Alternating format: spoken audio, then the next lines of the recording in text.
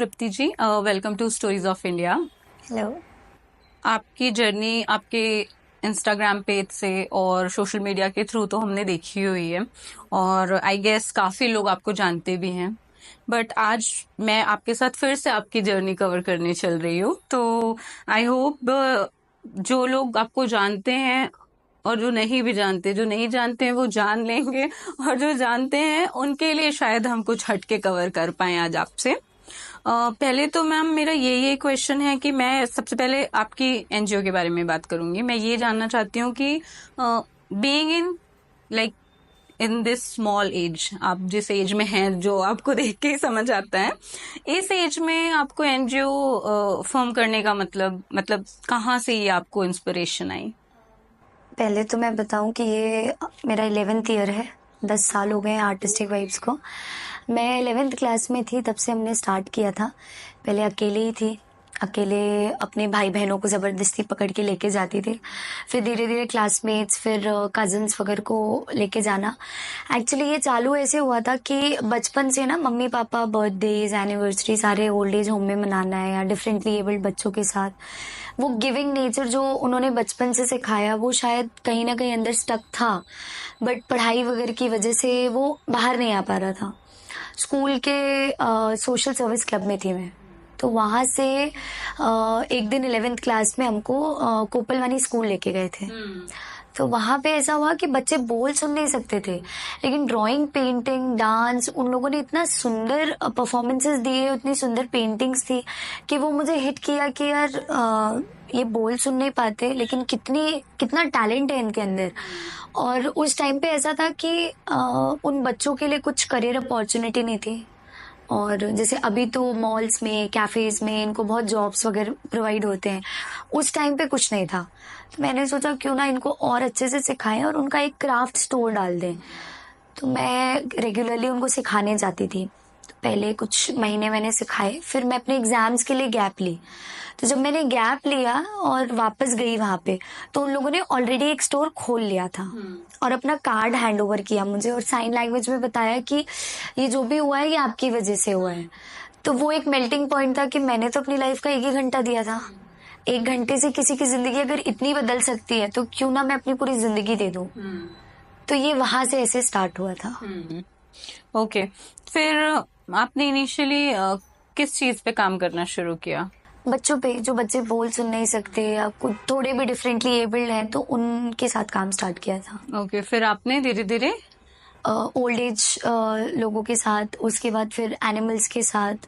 तो अभी इन तीनों सेक्टर्स में हम काम कर रहे हैं। ओके, अब तो आपने बच्चों के बारे में तो अभी बताया है मुझे। एनिमल्स के लिए आप किस तरीके की हेल्प प्रोवाइड करते हैं? एनिमल्स की स्टोरी ऐसी थी कि कोरोना के टाइम पे, क्योंकि कोई सब घर के अंदर थे, तो पहले तो सब घर से बाहर निकल के डॉग्स को, काउस को ये सब खिला देते थे अपने घर से 2 रोटी बना के। बट क्योंकि सब अंदर थे तो वो बहुत रोया करते थे। आपने अगर नोटिस किया होगा तो रात में तो जनरली रोते ही हैं वो, बट उस टाइम पे ऐसा था कि काफी रोने की आवाज, उनके आंखों में वो दर्द दिखने लगा था। तो बालकनी से खड़े होके मैं हमेशा देखती थी कि यार ये क्यों ऐसे हैं। फिर वो 2-4 दिन में समझ में आया कि यार खाना नहीं मिल रहा है इसलिए है। तो फिर उस वक्त पे मम्मी पापा को बहुत जिद किया मैंने कि मुझे बाहर जाने दो, प्लीज थोड़ा सा खिलाने दो, क्योंकि बहुत क्रिटिकल टाइम था। तो उन लोगों ने भी मना किया। तो मैं ये करती थी कि घर पे बनाती थी और बालकनी से फेंक फेंक के खिलाती थी। फिर 10-15 दिन ना उन्होंने क्वेश्चन किया कि तुम्हारा हर दूसरे दिन का कुछ नया हो जाता है चालू हो। तो 10-15 दिन मैंने काफी रोटी बनाई, खुद से बनाई। तो वो पूरे हाथ में रेड रेड हो गया था, फिर वो दर्द होने लगा। फिर मम्मी पापा देखे कि यार ये तो बंद नहीं हो रहा है, इसका ये तो चल ही रहा है कंटिन्यू। फिर 16वें दिन से ऐसा हुआ कि मम्मी पापा भाई बहन सब हम मिलके इतनी रोटियां बना रहे हैं। फिर मैं और मेरा भाई पीपीई किट पहनते थे। उस टाइम पे गवर्नमेंट का वो एनजीओ के साथ जो टाई अप था, तो उसमें हमने भी टाई अप कराया। पीपीई किट पहन के बकायदा हम बाहर जाते थे, दोनों भाई बहन, और काफी एरियाज कवर करते थे। मतलब हम लोग 150 से 200 कुत्ते और 100 के आसपास गायों को फीड करते थे रेगुलरली। तो वो वहां से जो चालू हुआ था वो अभी तक चल रहा है, रेगुलरली चलता है। हम्म और फिर उसके बाद आप जो एल्डर्स के लिए करते हैं, जो आपका वृद्ध आश्रम है, वो चीज़ आपको कैसे समझ में आई कि मुझे ये करना चाहिए? कोपलवानी का ना एक डे केयर सेंटर चलता था बुजुर्गों के लिए। तो हम उस टाइम पे ये करते थे कि मंडे को बच्चों के साथ, ट्यूसडे को बुजुर्गों के साथ, फिर वेंसडे को किसी और उसके बच्चों के साथ। तो हम सिर्फ टाइम स्पेंड करते थे उनके साथ। तो जब रेगुलरली आप टाइम स्पेंड करो तो आपको पता चलता है कि क्या प्रॉब्लम्स वो फेस कर रहे हैं। तो उससे हमें ये समझ में आया कि जो बुजुर्ग रास्ते में भटकते रहते हैं, उनको कोई भी नहीं रख पा रहा है, क्योंकि वो हो सकता है संक्रमित हो किसी चीज से एकदम ज्यादा, तो बाकी लोगों को तकलीफ हो, या ज्यादा बीमार हैं तो उनको कैसे रखेंगे। वो चीजें धीरे धीरे हमें समझ आने लगी। और बच्चों के लिए बहुत से लोग, बहुत सी संस्थाएं कर रही थी, बुजुर्गों के लिए बहुत कम लोग कर रहे थे। तो हमारा ध्यान वहां से शिफ्ट हुआ, बच्चों से शिफ्ट होके बुजुर्गों पे गया। और फिर हमने काफी समय तक उनके लिए दिवाली के प्रोग्राम्स, होली के प्रोग्राम्स, 22 दिसंबर को हम एक इवेंट कराते हैं स्पेशली सिर्फ बुजुर्गों के लिए। तो वैसे वो चालू हुआ था।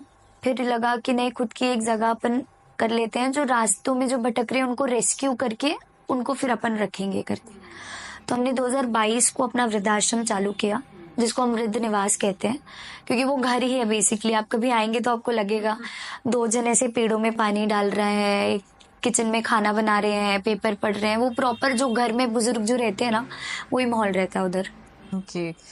तो आपकी इस जर्नी में रायपुर के लोगों का कैसा रिस्पॉन्स रहता है? बहुत अच्छा रहता है, क्योंकि मैं ब्रॉन एंड बॉटअप यहीं की हूँ। तो मेरे सारे फ्रेंड्स, इनफैक्ट जितने टीममेट्स हैं, 130 लोग हैं हम, सब रायपुर के ही हैं। और रायपुर से तो बहुत बहुत प्यार मिला है, बुजुर्गों से स्पेशली। मेरा एक ये भी सवाल था कि जैसे आप ओल्ड एज का बता रहे थे, ओल्ड एज में मोस्टली जैसे बीइंग आउटसाइडर, मैं हमेशा ये सोचती हूँ कि ऐसे कौन से बच्चे होते हैं जो अपने माँ बाप को ऐसे ओल्ड एज जाने पे मजबूर कर देते हैं। मतलब ऐसी क्या प्रॉब्लम आ जाती है उन लोगों के साथ जो उनको घर छोड़ना पड़ता है या उन्हें घर से निकाल दिया जाता है? जो पेरेंट्स साथ बचपन से रहे हैं उनको, मतलब अगर उनको साथ ना रखना बहुत बड़ी बात होती है। तो ऐसे केसेस आपके पास तो आते ही होंगे ना। ये लोग आपको मिलते कहाँ से? मतलब आप तक कैसे पहुंचते हैं या आप उन तक कैसे पहुंचते हैं? मोस्टली हम करते ही हैं कि हम रास्ते में जो बुजुर्ग भटक रहे हैं उनको हम रेस्क्यू करते हैं, उनका ट्रीटमेंट कराते हैं और फिर उनको घर पे रखते हैं। मीनवाइल हमारी दूसरी टीम इस पे वर्क कर रही होती है कि ये बुजुर्ग कहाँ के हैं, किधर रहते हैं, इनके परिवार में कोई है या नहीं। हम उनको ट्रैक करने की कोशिश करते हैं। कई बार होता है कि हम ट्रैक कर लेते हैं, फिर हम उन्हें बुलाते हैं, उनकी काउंसलिंग करते हैं और फिर उनको घर भेजने की पूरी कोशिश करते हैं। तो हमने अब तक 45 बुजुर्गों को उनके घर भेजा है। बट कुछ बच्चे तो, जैसे आपने बोला कि अपन तो सोच भी नहीं सकते ऐसा कुछ करने का, बट होते हैं बहुत ही विचित्र प्रकार के लोग होते हैं जो मार पीट के भी भगा देते हैं घर से, या जमीन अपने नाम करके जबरदस्ती निकाल देना, मजबूर करना, या घर पे ही रख के टॉर्चर करना। तो ऐसे तो बहुत बहुत बहुत सारे लोग होते हैं। कई बार बाहर से सब अच्छा लगता है, अंदर पता नहीं क्या क्या ही चल रहा होता है। तो ये बच्चे तो कहाँ से आते हैं मुझे भी नहीं मालूम। अच्छा, जैसा आपने ये बताया, तो ऐसा कोई ऐसा केस आपको याद है जो बहुत, मतलब आपने एक्सपेक्ट नहीं किया होगा कि ऐसा भी हो सकता है या हुआ है? अभी अभी रिसेंट पे ही ना 2 केसेस ऐसे हुए हैं। मतलब मोस्टली पूरे करियर में मैंने देखा कि 90% लड़के और मतलब बेटा और बेटी की बीवी की वजह से ये होता है। कभी बेटियों का केस मैंने नहीं सुना था। अभी अभी साल 1.5 साल में मैंने 2 बेटियों का ऐसा केस सुना है जो बहुत ज्यादा बेकार है। एक बुजुर्ग थे, वो हमारे पास आए थे, बहुत अच्छे परिवार से थे, और बट एज के साथ साथ उनका सब छूटते गया। और 45,000 उनकी पेंशन आती थी। उनकी बेटी जिन्होंने शादी नहीं की थी, शी वाज अप्रॉक्स 40 समथिंग, तो वो अपने पापा को लेके आई हमारे पास। और उनका ये कहना था कि मम्मी अभी 6 महीने पहले गुजरी हैं, उनकी मैंने बहुत सेवा की, इनकी भी मैंने बहुत सेवा की, बट मैं नहीं कर पा रही हूँ और क्योंकि हमारे पास पैसा नहीं है। और बहुत रोना धोना तमाशा करके वो हमारे पास बुजुर्ग को छोड़ के गई। हमने उनको ये भी ऑफर किया कि आप रुक जाओ, यहीं काम कर लो, लेकिन उन्होंने कहा नहीं, मेरी जॉब है, ये है वो है, फालतू के बहाने बना के कुछ। मुझे पहले दिन से डाउट था उन पे, बट मैं वेट कर रही थी कि वो बुजुर्ग ठीक हो जाए एक बार, तब मैं उनसे बातचीत करूं। वो बुजुर्ग विद इन 15 डेज नॉर्मल हो गए, क्योंकि उनको अच्छा माहौल, खाना पीना सब प्रॉपर टाइम से मिल रहा था। तब हमें पता चला कि उनकी 45,000 पेंशन आती है रेगुलरली एवरी मंथ। अब 45,000 में क्या नहीं हो सकता, आप बताइए। आप 10-15 हजार का एक केयर टेकर रख लो, एक खाना बनाने वाली रख लो, तुम काम नहीं भी करोगे तो आराम से सब जीवन चल जाएगा। फिर मैंने उनकी बेटी को कॉल किया कि आप तुरंत आओ। उनका कहना था कि पापा को एटीएम चलाना नहीं आता, मैं क्या करूंगी उनको एटीएम दे के। मतलब वो यूज कर रही थी, पैसे निकाल रही थी। पहले उनका कहना था, हाँ, पहले उनका कहना था कि 5-6 हजार रुपए आता है। बाद में उनको जब थोड़ा सा डराया धमकाया हमने, तब पता चला कि प्रॉपर पूरा 45,000 आता है। फिर उनको जब बुला के हमने बोला कि या तो आप एटीएम इनके हाथ में दो, क्योंकि पैसा उनका है, आप कोई हकदार नहीं है कि आप उनका पैसा यूज करें। और फिर उनके साथ जो व्यवहार आप कर रही थी, तो जब वो थोड़ा सा डरी, तब उनका ऐसा था कि मैं आप पे केस कर दूंगी। उसका ये कहना था कि मैं आप पे ही केस कर दूंगी कि आप मेरे को मेरे पापा से दूर कर रहे हो, तो आप मेरे पापा को मुझे ले जाने दो। जबकि ये क्लियर था कि अगर हम उनको ले जाने देते तो वो उनको मार डालती। और मार डालती या कहीं और छोड़ देती, आपके पास से हटा के कहीं और कर देती। कर लेती, क्योंकि जब वो आए थे ना, वो बुजुर्ग ऐसे ही बैठे थे चुपचाप, ऊपर भी नहीं देख रहे थे, ना पानी मांगते थे, ना खाना मांगते थे, कुछ नहीं, ना बिस्तर से उठ पाते थे, जबकि ऐसे उनको कोई बीमारी नहीं थी। तो हमने बहुत कोशिश की कि वो ना जाए, बट उन्होंने इतना हलाकान मचा दिया था आश्रम में, 3-3 4-4 बार आके तमाशे करना। तो बाकी बुजुर्ग भी परेशान हो रहे थे, तो बाकी बुजुर्गों को और हमें परेशान देख के दादा ने कहा कि मुझे प्लीज जाने दो, क्योंकि मेरी बेटी सरफिरी है, पागल कर देगी सबको। तो उनके कहने से हमने उनको जाने दिया। जाने के बाद हमें ये पता चला कि वो किसी और आश्रम से खाना मंगा के, एक आदमी को बुला के, वो ही आश्रम का खाना उनको जबरदस्ती लेटे लेटे खिलाती थी। और विद इन 6-7 डेज वो एक्सपायर हो गए, और एक सरकारी अस्पताल में बहुत गंदी कंडीशन में एक्सपायर हुए। तो जब वो आपके पास आए थे तब उनका मेडिकल आपने करवाया था, तो वो ठीक थे? कोई डिजीज या ऐसा कुछ था जो क्रिटिकल हो सकता है?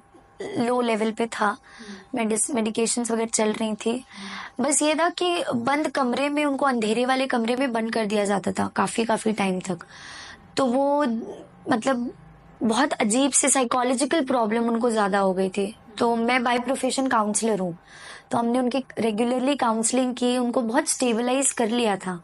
बट वहां जाने के बाद वो स्थिति, बाद में हमें रियलाइज हुआ कि पेंशन आती है, तो उन्होंने लाइफ इंश्योरेंस भी काफी लंबा चौड़ा करा रखा होगा, इसीलिए उन्होंने मार दिया। क्योंकि एक बार में पैसा आ जाएगा, बुजुर्ग की सेवा भी नहीं करनी पड़ेगी। तो ऐसे तो बहुत दिल दिलाने वाले केसेस आते हैं, रोज आते हैं हमारे पास। और जो 45 लोगों को आपने वापस भेजा, वो कैसा केस रहता है? मतलब वापस जाना ही रहता है या चले जाते हैं, तो फिर वो गुम जाते हैं तब आपको मिलते हैं या क्या?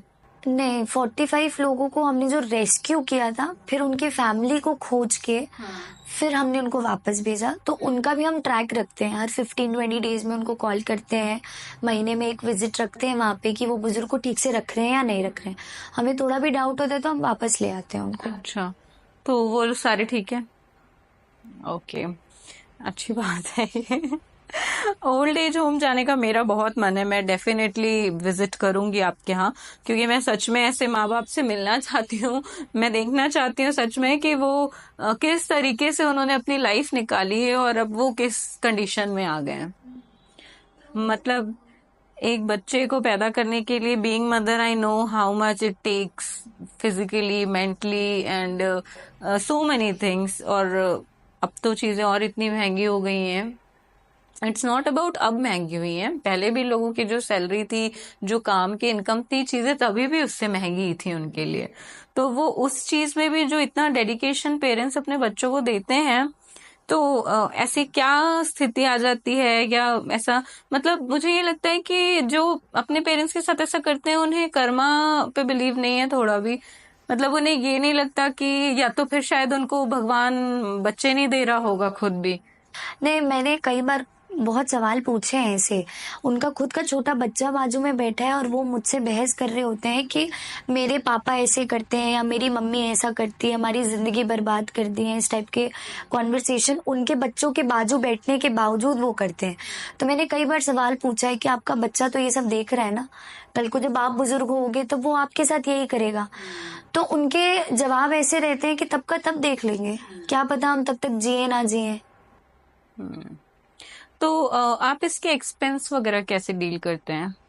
ये स्टार्ट तो हमने ऐसा किया था कि मैंने अपनी सेविंग्स लगाई थी और कुछ लोग हैं जो काफ़ी सपोर्ट करते हैं, उन लोगों ने भी काफ़ी हेल्प की थी।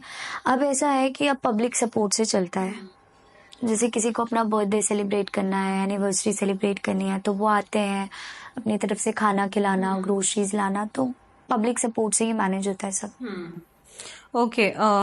आपकी एक लाइन है, अपने अंदर अपना घर ढूंढे। तो इससे मतलब इस चीज ये क्या हेल्प करती है, ये लाइन, मतलब आप ऐसा क्यों बोलते हैं? जैसा मैंने आपको बताया मैं एक साइकोलॉजिस्ट हूँ। तो मेरी ये चीज़ रहती है कि हम खुद के अंदर ही अपना एक घर ढूंढ लें ताकि हमें किसी और के ऊपर डिपेंडेंट ना होना पड़े, रिलायबल ना होना पड़े। जैसे कि जिन लोगों के साथ मैं काम करती हूँ, बुजुर्गों के साथ, तो वो अगर ये चीज़ सोच लेते तो आज शायद उनका ये हाल नहीं होता। क्योंकि उन्होंने अपनी पूरी लाइफ अपने बच्चों पे लगाई, उनको सब चीज़ें करके दी और आज उनके साथ क्या हो रहा है? उनको छोड़ दिया गया है। मैं ये नहीं कह रही हूँ कि आप अपने बच्चों के लिए कुछ ना करो, बट कुछ चीज़ें आपको बहुत स्मार्टली करनी चाहिए, ऐसा मुझे लगता है कि आप अपने बारे में सोचो, उसके बाद आप दुनिया के बारे में सोचो, चलेगा, कोई दिक्कत नहीं, अपने बच्चों के बारे में सोचना भी चाहिए। बट जो ज़माना है उस हिसाब से तो आप अगर किसी ऐसे एनजीओ वालों से बात करोगे जो बच्चों के लिए काम करते हैं, तो वो आपको बता पाएँगे कि कई माँ-बाप भी ऐसे होते हैं जो कितनी बुरी स्थिति में मतलब जस्ट बॉर्न को छोड़ देते हैं। 1 घंटा हुआ रहता है, उन बच्चों को नाली में डाल देना। काफी मिलाप, जो एनजीओ है, संस्था, वो मिलाप में ऐसे काफी सारे केस आते हैं। मैं जब भी यूट्यूब में कुछ भी देखती हूँ तो मिलाप का ऐड बहुत ज्यादा आता है। तो उसमें भी काफी सारी चीजें ऐसी होती हैं। और अभी आई गेस रिसेंटली रायपुर में भी ये चीज हुई है। एक वो छोटी-सी बच्ची थी, मतलब 1 आध दिन की थी, पूरी चींटियों से लथपथ होके वो अभी रिसेंटली मैंने ये न्यूज भी देखी है कि पेरेंट ने ऐसा भी कहीं कुछ किया है। तो जहाँ जहाँ लोग सैरोगेसी, आईवीएफ के पीछे जा जाके, मतलब जिनके पास नहीं है बच्चे, वो इतना परेशान हो रहे हैं। मतलब मल्टीपल इंजेक्शंस लगते हैं उनकी बॉडी में, इतने पेन से गो थ्रू होते हैं वो। और जिनके पास है वो ये कर रहे हैं। मतलब दुनिया कहाँ जा रही है सच में, कलयुग में है हम लोग। वो चीज तो है सच में। आपकी अभी तक की जर्नी में आपका कोई ऐसा मोमेंट रहा है जहां आपको लगा हो कि हाँ, सेटिस्फाइंग मोमेंट, ये ही मैं करना चाहती थी और जो मैं कर रही हूँ इसका ये रिवॉर्ड है जो मुझे कम बैक मिल रहा है, या ऐसा कुछ भी ऐसा? हुँ। एक केस था, मैंने रेस्क्यू किया था उन्हें। वो मेकाहारा में 5 महीने से एक बिस्तर पे पड़ी हुई थी। मतलब लिटरली वो 5 महीने से उन्होंने आसमान नहीं देखा था, वो उसी बिस्तर में थी। मैंने उनको रेस्क्यू जब किया, जब हम मतलब हमारी टीम ने उनको रेस्क्यू किया, हम जब उनको घर लेके आए, जब उन्होंने पहली बार आसमान देखा इतने समय बाद, तो वो जो उनकी मुस्कान थी वो इतनी ज़्यादा सुंदर थी, इतना मतलब सैटिस्फाइंग था कि मैं खुली हवा में हूँ, मैंने आसमान इतने वक़्त बाद देखा। तो वो उनकी जो सैटिस्फैक्शन थी उसको देख के हमें लगा कि नहीं, हम जो भी कर रहे हैं बहुत अच्छा कर रहे हैं। ओके। आपकी ये जो जर्नी है, इस पूरी जर्नी में चैलेंजेस काफी आए होंगे। किस तरह के चैलेंजेस फेस करने पड़ते हैं? बहुत सारे मतलब फ़ाइनेंशियल तो काफ़ी ज़्यादा हो जाता है। क्योंकि 13 लोग हैं वहाँ पे, 13 लोगों का खाना पीना, मेडिकल फैसिलिटीज़, फिर उस घर का रेंट, फिर हम जो स्ट्रेस को रेगुलर फीड करते हैं, तो 1.5 लाख का खर्चा मंथली अभी होता है। और हम एक नया घर बना रहे हैं जो जिसमें हम 100 से 150 बुजुर्गों को रख पाएंगे, क्योंकि ये घर बहुत छोटा है। तो वो टोटल प्रोजेक्ट है 2.5 CR का। तो फिनेंशियल इशू तो सबसे ज़्यादा होता है। उसके बाद फिर ऐसे नालायक बच्चों से मुलाकात बहुत होती है। फिर डॉग्स को या काउस को रेस्क्यू करते वक्त भी बहुत से अजीब किस्म के लोग हो गए हैं, ज़बरदस्ती मारना, काटना, फन के लिए करते हैं ये सब। तो कई बार रेस्क्यू के टाइम पे हमें बहुत अजीब गरीब लोग मिलते हैं, तो वो बहुत डिफ़िकल्ट हो जाता है। ये चीज़ें तो इन सब चीजों में गवर्नमेंट का और पुलिस डिपार्टमेंट का क्या रोल रहता है आपके साथ? ऐसा है कि जब जो केस हमसे नहीं हो पा रहा है, मतलब कुछ लोग होते हैं ना, इतने ढीठ होते हैं कि वो खराब गलत काम कर रहे हैं, उन्हें पता है, लेकिन फिर भी बहुत मतलब सीना चौड़ा करके बोलते हैं कि हम कर रहे हैं, क्या कर लोगे आप। तो उस सिचुएशन पे हमें पुलिस को, गवर्नमेंट को इन्वॉल्व करना पड़ता है, क्योंकि उनका प्रेजेंस ही हमारे लिए बहुत बेनिफिशियल हो जाता है। तो उस चीज़ में हम उनको इन्वॉल्व करते हैं और उनका काफ़ी सपोर्ट रहता है हमें। और गवर्नमेंट से फंडिंग वगैरह का सपोर्ट रहता है आपको? नहीं, वो उसके लिए हमने अप्लाई नहीं किया है। नहीं किया है, तो फिर आप जो ये प्रोजेक्ट कर रहे हैं 2.5 CR वाला, उसके लिए आप कैसे चैरिटी कर रहे हैं? हमने लगाए फॉर्म्स, उसके काफ़ी लंबे चौड़ा प्रोसीजर है, तो वो चल रहा है। ओके, और कब तक कंप्लीट हो पाएगा, आपको उम्मीद है? हमने इस साल का टारगेट लिया है, बट लेट्स सी। ओके, अच्छा, तो अगर लोगों को आपसे जुड़ना है या आपके साथ किसी भी काम में इन्वॉल्वमेंट रखना है, तो आप उनसे किस तरह की एक्सपेक्टेशंस रखती हैं? आजकल सब बहुत बिजी रहते हैं, तो मैं हमेशा सबको कहती हूँ कि अगर आपको जुड़ना है और कुछ काम करना है, अगर सिर्फ फिनेंशियली करना है तो वेल एंड गुड है, we can send you a QR, आप पेमेंट कर सकते हैं। बट अगर आपको दिल से जुड़ना है, फील्ड पे रह के काम करना है, तो आप सिर्फ संडे भी अगर आते हैं तो बहुत हेल्प हो जाती है। काफ़ी लोगों के चेहरे पे मुस्कान आ जाती है, काफ़ी काम हो जाते हैं।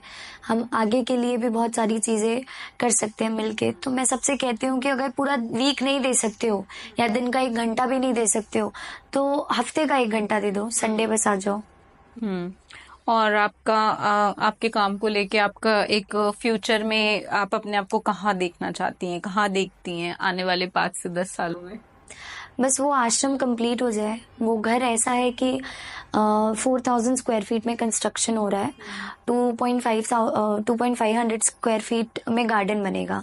तो हम एक कॉर्नर में रेस्क्यू डॉग्स और कैट्स को रखेंगे या काउस को भी रखेंगे, और बाकी पूरे घर में वैसे ही बुजुर्ग रहेंगे। तो मैं बस चाहती हूँ कि जल्द से जल्द वो बन जाए। तो वही मेरा अभी तो अल्टीमेट गोल वही है। और आपको अपने पूरे काम की जर्नी से कभी कोई लेसन मिला है जो आपको लगता है कि हाँ, मतलब इस बारे में तो मैंने सोचा ही नहीं था और अब ये हो गया है, तो अब आगे के लिए मुझे हमेशा याद रहेगा? लेसन्स तो ऐसा है कि हर 2-4 दिन में कोई एक आदमी ऐसा लेसन दे देता है कि नेक्स्ट टाइम के लिए वो याद रखना बहुत ज़रूरी हो जाता है। जैसे वही केस जो मैंने आपको बताया था, वो बेटी वाला, तो हम क्या है, कई बार बहुत इमोशनल हो जाते हैं, क्योंकि ये काम जितना इमोशनल इंसान रहे उतना ज़्यादा कर सकता है, but at the same time आपको बहुत प्रैक्टिकल रहने की भी बहुत ज़रूरत है, क्योंकि इमोशंस नहीं है तो आप किसी की मदद नहीं कर पाओगे, और आप प्रैक्टिकल नहीं हो तो बिल्कुल भी नहीं कर पाओगे, क्योंकि इमोशंस के सहारे नहीं चलता। तो जैसा हम थोड़े इमोशंस में आके उनकी बेटी को उसी वक्त भेज दिया और दादा को रख लिया, तो उसी वक्त अगर हम ये बात कर लेते या उसी टाइम हम बैकग्राउंड चेक कर लेते, तो चीजें शायद कुछ और होती। शायद वो सरवाइव कर पाते हैं। अभी की जो जनरेशन है, इसमें आप किस चीज का फ्लॉ देखते हैं? आपको ऐसा लगता है कि ये ऐसा होना चाहिए था पर ऐसा नहीं है, किस चीज की कमी लगती है आपको? नहीं, मतलब मैं बहुत सुनती हूँ ये कि आज की जनरेशन बिगड़ गई है, ये हो गया है, वो हो गया है, बट अगर आप देखें तो आज की जनरेशन कितने सारे काम कर रही है। मतलब चाहे वो सिर्फ एनजीओ फील्ड का ही अगर हम देखें तो रायपुर में ही I think there are more than 50 NGOs run by youngsters only, जो एक्चुअल में बहुत काम कर रही हैं। और जो वृद्धाश्रम में हम जो बुजुर्ग देखते हैं वो हमारी जनरेशन के थोड़ी है, वो तो हमारे दादा दादी की उम्र के हैं। तो हमारी जनरेशन काम तो बहुत अच्छा कर रही है, नो डाउट। बस उनको एक पुश की जरूरत है, तो वो पुश हम ये कंटिन्यूसली जो बोलते हैं ना कि आज की जनरेशन बिगड़ गई है, इसकी बजाय अगर हम उनको मोटिवेट करें तो शायद और अच्छे काम हो सकते हैं। कुछ लोगों की वजह से, वो एक कहावत है ना, एक मछली की वजह से पूरा तालाब गंदा होता है, वही यहाँ एप्लीकेबल है मुझे लगता है। अभी मैं आपसे ये जानना चाहूंगी कि आप आगे अपने आप को लोग आपको याद रखें तो किस तरह से याद करें आपको, आप इस बारे में क्या सोचते हैं? बस एक पागल सी लड़की थी जो गलत दुनिया में पैदा हो गई थी।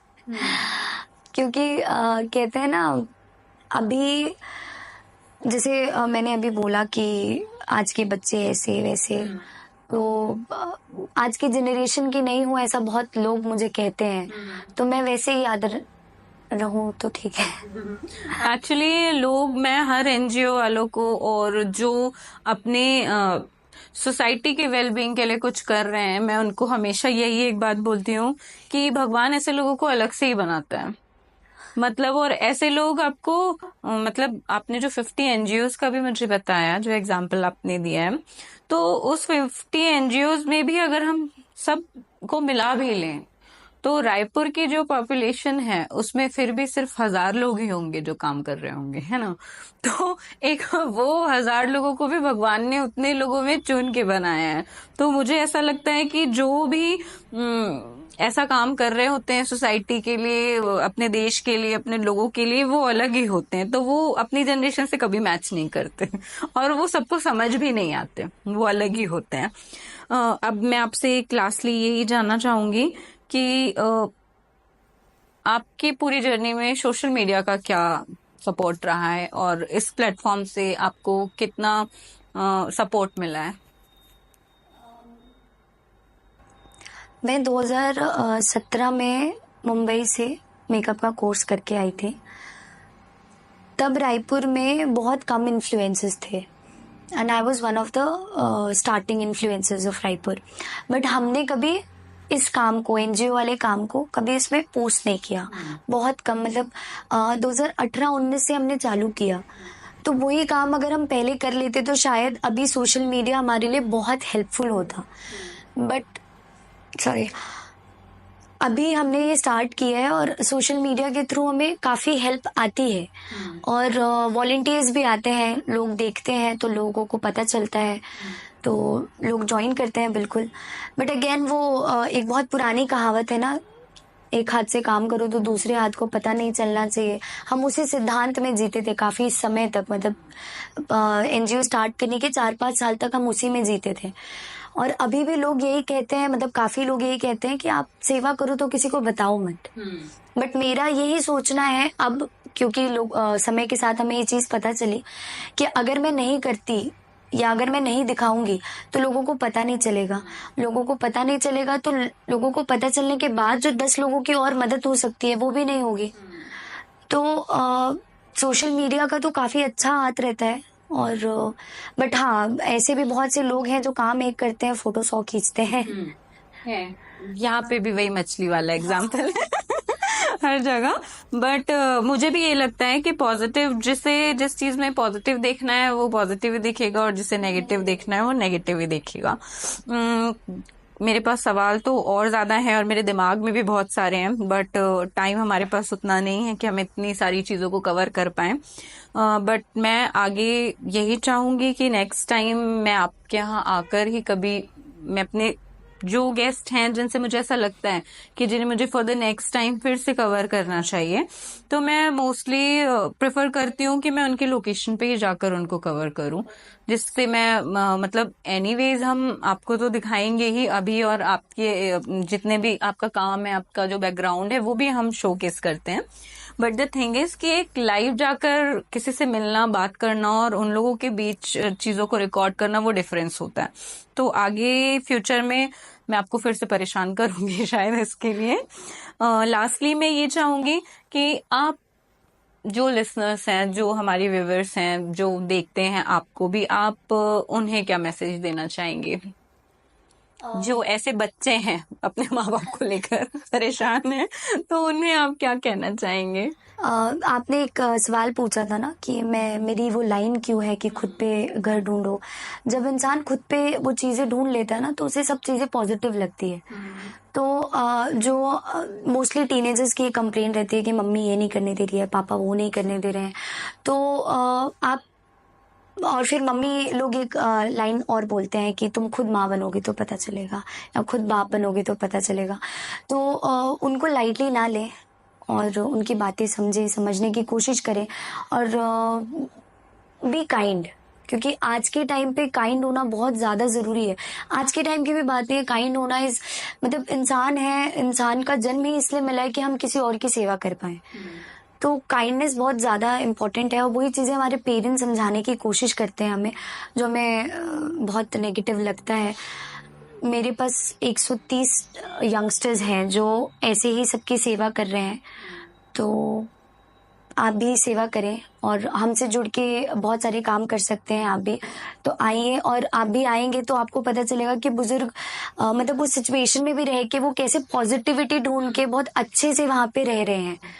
अच्छा, हमारे नए आश्रम के लिए हमने एक ईट अभियान स्टार्ट किया है।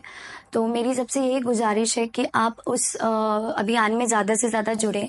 अगर आप डोनेट नहीं भी कर सकते हैं तो बस उसका एक स्क्रीनशॉट लेके अपने सोशल मीडियाज़ में पोस्ट कर दीजिए ताकि वो ज़्यादा से ज़्यादा लोगों तक पहुँचे। थैंक यू सो मच तृप्ति, आज आप आए और आपने अपना टाइम दिया। और मेरे माइंड में बहुत टाइम से था वृद्धाश्रम का, बट हम आज के लोग जो हैं अपने ऊपर इतनी चीजों का प्रेशर ले चुके हैं कि हमारे पास इतना टाइम नहीं होता। जो हम चाहते भी हैं हम नहीं कर पाते हैं कि चले जाएं या मिल लें या कुछ ऐसा हो जाए, तो वो पॉसिबल नहीं होता। तो वो एक विश थी मेरी शायद जो आज कंप्लीट हुई कि आप आए और मैं आपसे बात कर पाई। So thank you so much. और मेरी और मेरी टीम की तरफ से बहुत सारी विशेस हैं आपको कि आप जिस जर्नी में हैं वो बहुत अच्छी जगह पहुंचे। और उससे भी बड़ी विश मेरी ये है कि ऐसी नौबत आए कभी कि हमें वृद्धाश्रम ना खोलना पड़े, ना जाना पड़े, और ना ही ऐसी कभी कोई पेरेंट्स की किस्मत हो कि उन्हें वहां तक पहुंचना पड़े। सो आई विश यू लक, और आप ऐसे ही सबके लिए सपोर्ट करिए। और आपको हमारी जहाँ जरूरत पड़ती है आप हमें बताइए। आप स्टोरीज ऑफ इंडिया और की मैं शिवांगी और मेरी टीम आपके लिए हमेशा available. Thank you so much, आपने मुझे बुलाया, आपके लिसनर्स तक हमारी बात पहुंची, तो डेफिनेटली ये बहुत बड़ी हेल्प हो जाती है कि जितने ज़्यादा लोग इसे सुनेंगे उतने ज़्यादा लोग शायद जुड़े हमसे और एक पॉजिटिव इम्पैक्ट के लिए हमारी हेल्प करें। जी, थैंक यू। Thank you.